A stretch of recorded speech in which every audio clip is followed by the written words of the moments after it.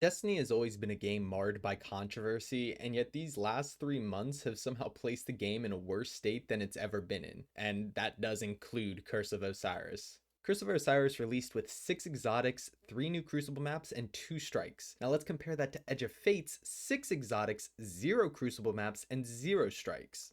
Oh wait, did I say Curse brought 6 exotics? I actually meant 18, 6 weapons, and 12 armor pieces.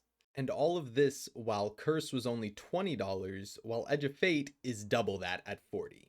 But speaking of $20, let's talk about an issue that has existed for many years and which the community has largely ignored: Eververse. Now, I know a lot of people dislike Eververse and don't exactly have positive opinions about it, but to be honest, people should have been rioting over this years ago.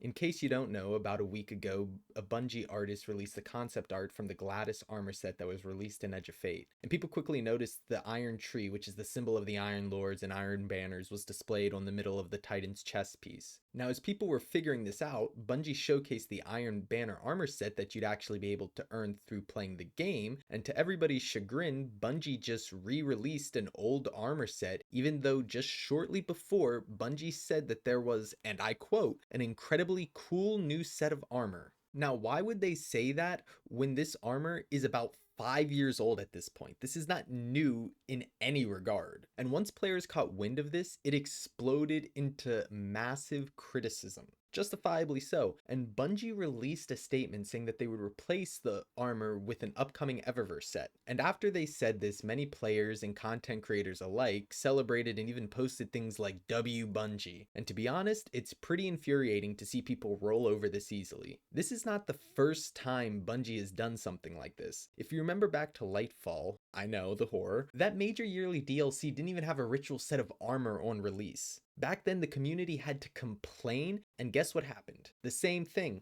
Bungie just added in an upcoming Eververse armor set, and then everybody cheered and celebrated and said W Bungie then too. But to me, it was clear as day that then and now, Bungie doing this is not a W. It's a bribe to placate you into forgetting about this issue. This is 2 years later, and we're still having the same issue of the core game not having enough earnable loot, whereas Eververse is pumped full of it. Lightfall and Edge of Fate both had 3 full armor sets in Eververse for each of the classes on their release, not to mention the additional 3 that were released with each subsequent season. And yet, the game's core modes and activities always struggle to actually have content in them. And I can already tell that people are going to say you don't have to purchase them. And to be honest, I think that's such a cop-out. Destiny is a looter shooter, and the gunplay has remained consistently good, but the loot quality and desirability for the earnable loot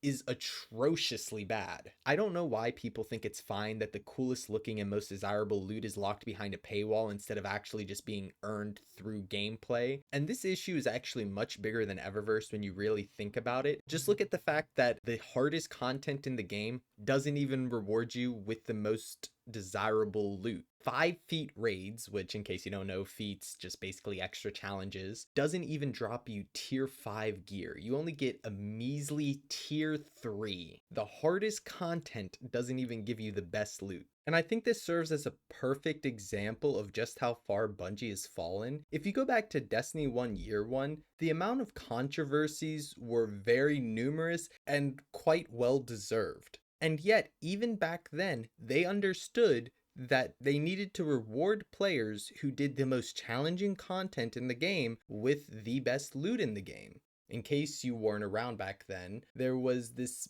basically a meme that would go around called Forever 29, where back in year 1 of D1, the only way to reach the max level was to equip full raid gear, which I'm not advocating for them to bring this system back, of course. But I think it does a good job of highlighting the fact that even when Bungie first set their foot into the looter shooter genre, this is year 1. This is the game's release year 1.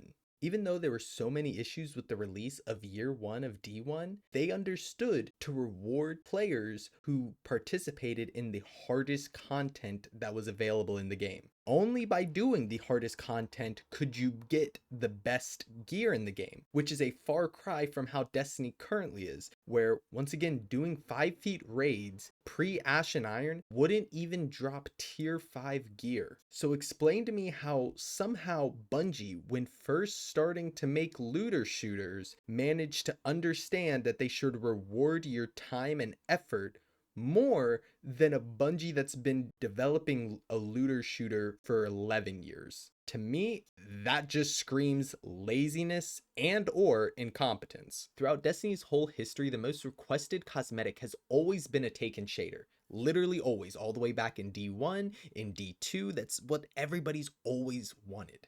They did have an armor set in D1, but it didn't quite work in the transmog way, and so a new set in D2 would be much desirable. And Bungie finally delivered that, except it's in the form of a $20 bundle. And as if that's not bad enough, they put it in a filler bundle where the only thing in that bundle that you cannot purchase separately is the shader. You can buy the skimmer and you can buy the other thing. I can't even remember what that piece of garbage is, but you can buy those separately, but you can't buy the shader, which is the only thing people would even really want out of that bundle. But hey, they also added a Taken armor set, which is also in the Eververse store, sold separately for $15. They added 39 new items into Eververse for Ash and Iron alone. Eververse is always pumped full of new things while the base game gets crumbs. That's a good segue into yet another massive controversy, which is the fact that Ash and Iron is terrible. Like, no exaggeration, it feels like this might be the most egregious bait and switch Bungie has done to date. Bungie advertised the fact that with Ash and Iron combined with Edge of Fate, it would be roughly the size of Rise of Iron, and alone it would be equal to the size of Into the Light. Does it meet either of those expectations? Nope. With Ash and Iron, Bungie dropped one new story mission and one new activity that has 4 different versions, but the only thing that changes is the starting position. Not to mention the fact that they outright lied about it on the Ash and Iron reveal stream. We have a bunch of really cool stuff coming with a new activity called Reclaim. Please explain to me how Reclaim isn't just Nether mixed with Overthrow, but somehow only the worst parts of each. Now, if that wasn't bad enough, the real kicker is that this was supposed to be the big return to the Plague Lands, one of the most beloved patrol zones, and I can't lie, when I heard this months ago, I was hyped. Admittedly, I didn't do any research, and at the time I thought that they were just going to straight up bring back the Plague Lands, Archon's Forge, and, everything related to that. And, I guess that's on me, but what they ended up releasing is so far from what literally anybody was expecting. No Siva, no Archon's Forge, no new patrol zone. But hey, at least we get an exotic axe that was showcased in literally all of Ash and Iron's promotional material, right? Once again, nope. The exotic quest that it's tied to isn't even finished yet.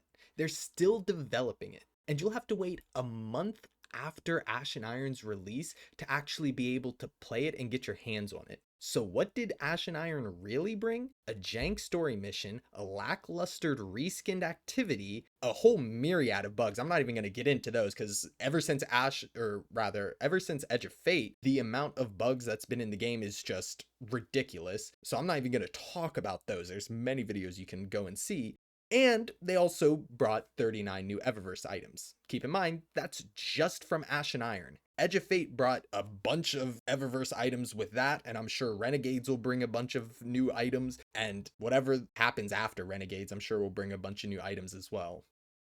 I'll wrap it up here. In short, Bungie's a dying company. And I'm not just saying this to hate, but once you look beyond Destiny and to Bungie as a whole, it becomes so apparent. Destiny has lost so many of their workers, whether it be to layoffs, going to work on Marathon, which is a game that appears to be dead on arrival if their beta has anything to go by, or even a different game which is currently being made under Sony technically, but it's called codename Gummy Bear. This game originally was being worked on by Bungie, but later got transitioned to Sony, and part of their people from Bungie transitioned into Sony to continue working on Gummy Bear. So yeah, they also lost workers from that. And as a Destiny veteran, it's a crying shame to see Destiny go in this direction, but I'm not really surprised because this has been the direction they've been going for many years now, if we're being completely honest. And if we're being really completely honest, I genuinely think that this time it really might be over.